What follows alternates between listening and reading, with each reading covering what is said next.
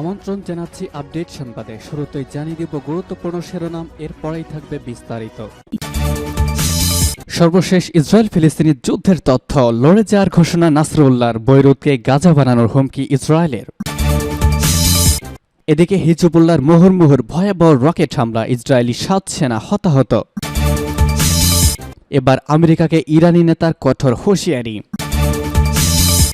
জানাবো ভূমধ্যসাগরে হেলিকপ্টার বিধ্বস্ত হয়ে ৫ মার্কিন সেনা নিহত। আরও জানাবো এবার খেপল মুসলিম বিশ্ব, ইসরায়েলের আত্মরক্ষার অজুহাত প্রত্যাখ্যান মুসলিম দেশগুলোর, জানালেন নেতাগণ। এবং সর্বশেষ জানিয়ে দেব আগ্নেয়গিরিতে যে কোনো সময় নিশ্চিহ্ন হয়ে যেতে পারে আইসল্যান্ডের শহর। শুনছিলেন সংবাদ শিরোনাম, এখন বিস্তারিত। তার আগে অনুরোধ থাকবে ভিডিওতে একটি লাইক দিন এবং কমেন্টস করে জানিয়ে দিন কোন জেলা থেকে বা কোথা থেকে আমাদের সঙ্গে যুক্ত রয়েছেন। লড়ে যাওয়ার ঘোষণা নাসরুল্লাহর, বৈরুতকে গাজা বানানোর হুমকি ইসরায়েলের। লেবানিজ সশস্ত্র সংগঠন হিজবুল্লাহর প্রধান হাসান নাসরুল্লাহ একটি টেলিভিশনে ভাষণে বলেছেন, বিগত কয়েক বছরে হিজবুল্লাহ অস্ত্রের ধরনগত উন্নতির পাশাপাশি সংখ্যাগত উন্নতিও ঘটিয়েছে, পাশাপাশি নির্দিষ্ট লক্ষ্যবস্তুতে আঘাত হানার সক্ষমতাও বেড়েছে তাদের। ভাষণে হিজবুল্লাহর ভান্ডারে ৩০০ থেকে ৫০০ কেজি পর্যন্ত বিস্ফোরক বহনে সক্ষম বোরকান সিরিজের ক্ষেপণাস্ত্র যুক্ত হয়েছে বলে জানিয়েছেন তিনি। তাছাড়া হিজবুল্লাহর কাছে বিপুল পরিমাণ ড্রোন রয়েছে বলেও হুঁশিয়ারি দিয়েছেন। নাসরুল্লাহ বলেছেন, ইসরায়েলের কিরিয়াত শহর আক্রমণ চালিয়েছে হিজবুল্লাহ, এই যুদ্ধ চলতে থাকবে। এই সহজ অর্থ হলো ইসরায়েলের সঙ্গে হিজবুল্লাহর সংঘাত চলতে থাকবে। এদিকে লেবাননের রাজধানী বৈরুতকে গাজায় পরিণত করা হবে বলে হুমকি দিয়েছেন ইসরায়েলের প্রতিরক্ষামন্ত্রী ইয়োভ গ্যালান্ট। তিনি বলেছেন, লেবানন ভিত্তিক গেরিলা গোষ্ঠী হিজবুল্লাহ যদি ইসরায়েলের উত্তর সীমান্তে হামলা বন্ধ না করে তবে তার মূল্য চোকাতে হবে সাধারণ লেবানিজদের। গতকাল ইসরায়েলি প্রতিরক্ষা বাহিনীর ৯১ ডিভিশন পরিদর্শনকালে গ্যালান্ট এই মন্তব্য করেছেন। গ্যালান্ট বলেছেন, হিজবুল্লাহ লেবাননকে যুদ্ধে টেনে আনছে এবং তারা ভুল করছে। এমন কোনো ভুলের মূল্য চোকাতে হবে লেবাননের সাধারণ জনগণকে। গাজা যা করছে তা আমরা জানি, কাজগুলো কিভাবে বৈরুতে করতে হবে। হিজবুল্লাহর মুহুর্মুহুর রকেট হামলায় ইসরায়েলি ৭ সেনা হতাহত।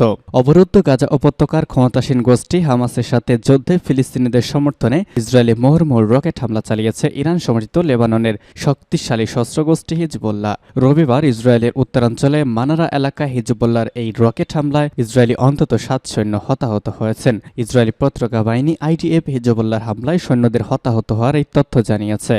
ইসরায়েলের স্থানীয় সংবাদ মাধ্যম টাইমস অব ইসরায়েলের প্রতিবেদনে বলা হয়েছে, লেবাননের দক্ষিণাঞ্চল থেকে মানারা এলাকায় রকেট হামলায় ৭ সেনা সদস্য আহত হয়েছেন। আহত সব সেনা সদস্যকে চিকিৎসার জন্য স্থানীয় একটি হাসপাতালে নেওয়া হয়েছে।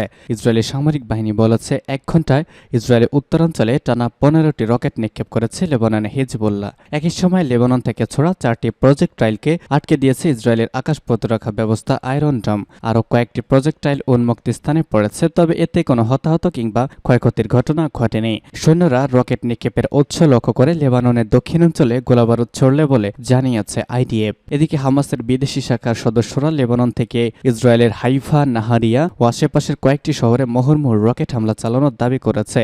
একই দিনে হিজবুল্লাহর ক্ষেপণাস্ত্র হামলার জবাবে দক্ষিণ লেবাননে যুদ্ধবিমান থেকে হামলা চালিয়েছে ইসরায়েল। ইসরায়েল প্রতিরক্ষা বাহিনী আইডিএফ লেবাননে হিজবুল্লাহর প্রধান অবস্থান লক্ষ্য করে যুদ্ধবিমান থেকে হামলা চালানোর দাবি করেছে। এর আগে উত্তর ইসরায়েলের দাবিব শহরে হিজবুল্লাহর ছোড়া ট্যাঙ্ক বিধ্বংসী ক্ষেপণাস্ত্রের আঘাতে অন্তত ৭ ইসরায়েলি আহত হয়েছেন। তাদের মধ্যে একজনের অবস্থা আশঙ্কাজনক বলে ইসরায়েলি প্রতিরক্ষা বাহিনী জানিয়েছে। আইডিএফ বলেছে, লেবাননের দক্ষিণাঞ্চল থেকে হিজবুল্লাহ ছোড়া ট্যাঙ্ক বিধ্বংসী ক্ষেপণাস্ত্রের আঘাতে দবিবে ৭ জন বেসামরিক আহত হয়েছেন। ক্ষেপণাস্ত্রটি সীমান্তের কাছের দবিবের উত্তরে কয়েকটি বেসামরিক যানবাহনে আঘাত করেছে। ইসরায়েলের জরুরি সেবা সংস্থা ম্যাগেন ডেভিড অ্যাডম বলেছে, উত্তর লেবাননে ক্ষেপণাস্ত্রের আঘাতে আহত বেসামরিকদের মধ্যে একজনের অবস্থা আশঙ্কাজনক। এছাড়া আরও ৩ থেকে ৫ জনের অবস্থা গুরুতর বলে স্থানীয় চ্যানেল 12 টেলিভিশনকে জানিয়েছেন সংস্থাটির একজন মুখপাত্র। আমেরিকাকে ইরানি নেতার কঠোর হুঁশিয়ারি। ফিলিস্তিনে অবরুদ্ধ গাজা উপত্যকায় ইসরায়েলি আগ্রাসন বন্ধে সৌদি আরবের রিয়াদে বৈঠকে বসেছেন মুসলিম বিশ্বের নেতারা। ওআইসির বিশেষ জরুরি ওই বৈঠকে যোগদান শেষে ইরানের প্রেসিডেন্ট ইব্রাহিম রাইসি বলেছেন, দখলদার ইসরায়েলকে টিকিয়ে রাখার জন্য মার্কিন সরকার সবচেয়ে গুরুত্বপূর্ণ ভূমিকা পালন করছে। দখলদার ইসরায়েলকে যেসব দেশ অস্ত্র দিয়ে সহায়তা করেছে আমেরিকা তার মধ্যে প্রধান। রবিবার সাংবাদিকদের সঙ্গে আলাপকালে তিনি এসব কথা বলেছেন। গতকাল সৌদি আরবের রাজধানী রিয়াদে ওআইসির এই বিশেষ সম্মেলন অনুষ্ঠিত হয়েছে।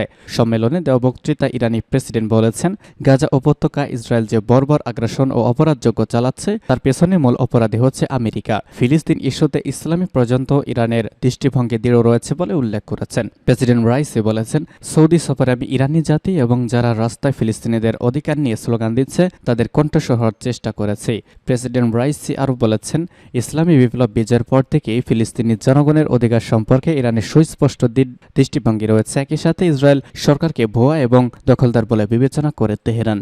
গাজায় টানা 38 দিনে অব্যাহত বোমাবর্ষণ নিহত মানুষের সংখ্যা 11,000 ছাড়িয়েছে। গাজার স্বাস্থ্য মন্ত্রণালয় জানিয়েছে, এখনো পর্যন্ত 11,000 প্রায় 100 মানুষ নিহত হয়েছে। এদের মধ্যে 4,510 জন শিশু রয়েছে।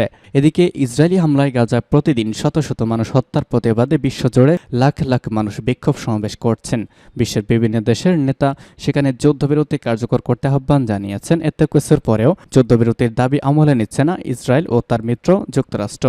এমন পরিস্থিতিতে যুদ্ধবিরতি কার্যকরে যুক্তরাষ্ট্র ইসরায়েলের উপর চাপ বাড়াতে এই সম্মেলনের আয়োজন করেছেন সৌদি ক্রাউন প্রিন্স মোহাম্মদ বিন সালমান।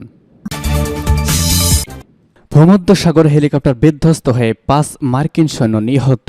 পূর্ব ভূমধ্যসাগরে একটি সামরিক হেলিকপ্টার বিধ্বস্ত হয়ে 5 মার্কিন সৈন্য নিহত হয়েছেন বলে জানিয়েছে মার্কিন সেনাবাহিনী। গত শুক্রবার রুটিন প্রশিক্ষণ অনুশীলনের অংশ হিসেবে হেলিকপ্টারে জ্বালানি ভরার সময় এই দুর্ঘটনা ঘটেছে। প্রথমে এই ঘটনায় হতাহতের তথ্য না দিলেও পরে 5 জন নিহত হয়েছে বলে জানিয়েছে যুক্তরাষ্ট্র। খবর বিবিসির। বিবৃতিতে হেলিকপ্টারটি কোন এলাকায় উঠছিল বা কোথায় বিধ্বস্ত হয়েছে তা উল্লেখ করা হয়নি। তবে ইসরায়েল হামাস যুদ্ধ শুরুর পর ইসরায়েলের সহায়তায় মধ্যপ্রাচ্যে 2টি বিমানবাহী রণতরী মোতায়েন করেছে যুক্তরাষ্ট্র। নিহতদের প্রতি শ্রদ্ধা নিবেদন করে মার্কিন প্রেসিডেন্ট জো বাইডেন বলেছেন, আমাদের সেনা সদস্যরা প্রতিদিন আমাদের দেশের জন্য তাদের জীবন ঝুঁকির মুখে রাখছেন। তিনি নিহত যোদ্ধাদের পরিবারের প্রতি সবসময় দয়া দেখাবেন। গত 7 অক্টোবর হামাসের হামলার পরপর ইসরায়েলের সহায়তায় বিভিন্ন সামরিক সরঞ্জাম পাঠানোর পাশাপাশি মধ্যপ্রাচ্যে সামরিক শক্তি জোরদার করেছে ওয়াশিংটন। এর মধ্যে বিমানবাহী রণতরী ইউএসএস জেরাল্ড আর ফোর্ড ও অন্যান্য যুদ্ধজাহাজ রয়েছে। মূলত ইসরায়েল ও হামাসের যুদ্ধে যেন ইরানপন্থী শক্তিশালী সশস্ত্র গোষ্ঠী হিজবুল্লাহ না জড়ায় তা নিশ্চিতে সামরিক শক্তি জোরদার করেছে পেন্টাগন। ইসরায়েলের আত্মরক্ষার অজুহাত প্রত্যাখ্যান করলেন মুসলিম দেশগুলো। সৌদি আরবের রাজধানী রিয়াদে অনুষ্ঠিত আরব ইসলামী শীর্ষ সম্মেলনে বসা মুসলিম দেশের নেতারা ইসরায়েলের আত্মরক্ষার অজুহাত প্রত্যাখ্যান করেছেন। পাশাপাশি গাজার ইসরায়েলি বাহিনীর বর্বর হত্যাকাণ্ডের বা কর্মকাণ্ডের নিন্দা করেছেন। আরব লীগ শনিবার এবং অর্গানাইজেশন শনিবার অব ইসলামিক কোঅপারেশন ওআইসি যৌথ শীর্ষ সম্মেলনের ফলাফলে যুদ্ধের প্রতিক্রিয়া সম্পর্কে আঞ্চলিক বিভক্তিগুলো তুলে ধরেছে। হামাস পরিচালিত স্বাস্থ্য মন্ত্রণালয়ের মধ্যে মধ্যপ্রাচ্যে এবং গাজায় ইসরায়েলের আকাশ ও স্থল আক্রমণের জন্য ব্যাপক ক্ষোভের পটভূমিতেই শীর্ষ সম্মেলন অনুষ্ঠিত হয়েছিল। আল জাজিরার খবরে জানানো হয়েছে, সম্মেলনে নেতারা ইসরায়েলের আগ্রাসন বন্ধ করতে জাতিসংঘের নিরাপত্তা পরিষদকে একটি সিদ্ধান্তমূলক এবং বাধ্যতামূলক প্রস্তাব গ্রহণ করার দাবি জানিয়েছেন। সৌদি ক্রাউন প্রিন্স মোহাম্মদ বিন সালমান যুদ্ধের আগে ইসরায়েলের সঙ্গে আনুষ্ঠানিক কূটনৈতিক সম্পর্ক স্থাপনের কথা ভেবেছিলেন। তবে শীর্ষ সম্মেলনের উদ্বোধনী বক্তব্যে বলেছেন, তিনি ফিলিস্তিনি জনগণের বিরুদ্ধে সংঘটিত অপরাধের জন্য ইসরায়েলি কর্তৃপক্ষকে দায়ী করেছেন। গাজায় সামরিক অভিযান অবিলম্বে বন্ধ করার এবং সব বন্দীর মুক্তির আহ্বান জানিয়েছেন। সিরিয়ার প্রেসিডেন্ট বাশার আল আসাদ বলেছেন, দীর্ঘ স্থায়ী যুদ্ধবিরতি না হওয়া পর্যন্ত মধ্যপ্রাচ্যের কোনো দেশের অর্থনৈতিক সম্পর্ক উন্নয়নের জন্য ইসরায়েলের সঙ্গে কোনো রাজনৈতিক প্রক্রিয়া জড়ানো উচিত নয়। তুরস্কের প্রেসিডেন্ট রিসেপ তাইয়িপ এরদোগান আরও বলেছেন, এটা লজ্জাজনক যে পশ্চিমা দেশগুলো যারা সবসময় মানবাধিকার ও স্বাধীনতার কথা বলে থাকে তারা ফিলিস্তিনিদের চলমান গণহত্যার সময় নীরব রয়েছে। নাম প্রকাশ না করার শর্তে কথা বলা কূটনৈতিকদের মধ্যে আলজেরিয়া এবং লেবানন সহ কিছু দেশ ইসরায়েল এবং তার মিত্রদের তেল সরবরাহ ব্যাহত করার পাশাপাশি ইসরায়েলের সঙ্গে আরব লীগের দেশগুলো অর্থনৈতিক ও কূটনৈতিক সম্পর্ক ছিন্ন করার হুমকি দিয়েছে। ইসরায়েল এবং এর প্রধান সমর্থক যুক্তরাষ্ট্র এখন পর্যন্ত যুদ্ধবিরতির দাবি প্রত্যাখ্যান করছে। এবং সর্বশেষ জানিয়ে দেব, আগ্নেয়গিরি যে কোনো সময় নিশ্চিহ্ন হয়ে যেতে পারে আইসল্যান্ডের শহর। ইউরোপের দেশ আইসল্যান্ডে আগ্নেয়গিরি বিস্ফোরিত হয়ে বড় ধরনের অগ্নুৎপাত শুরু হতে পারে। আর এই অগ্নিকাণ্ডে বা আগ্নেয়গিরিতে দেশটির গুরেনদাভিক শহরটি নিশ্চিহ্ন হয়ে যেতে পারে বলে আশঙ্কা করা হচ্ছে। রাজধানী রেকজাভিকের কাছে অবস্থিত শহরটিতে 4000 মানুষের বসবাস ছিল। তবে আগ্নেয়গিরির কারণে শত শত ভূমিকম্পের পর সেখানকার বাসিন্দাদের শনিবার সকালে সরিয়ে ফেলা হয়েছে। আইসল্যান্ডের civil protection and emergency management বিভাগের প্রধান ভিদির রেনিসন বলেছেন, এই এলাকার সব বাড়িঘর ও অবকাঠামো নিয়ে আমরা সত্যি খুবই চিন্তিত। তিনি আরও বলেছেন, এই আগ্নেয়গিরির ম্যাগমা ভূপৃষ্ঠের খুব কাছে আছে। আমরা আশঙ্কা করছি কয়েক ঘন্টা বা তার কম সময়ের মধ্যে সেখানে বিস্ফোরণ হবে। সর্বোচ্চ হলে কয়েকদিনের মধ্যে এটি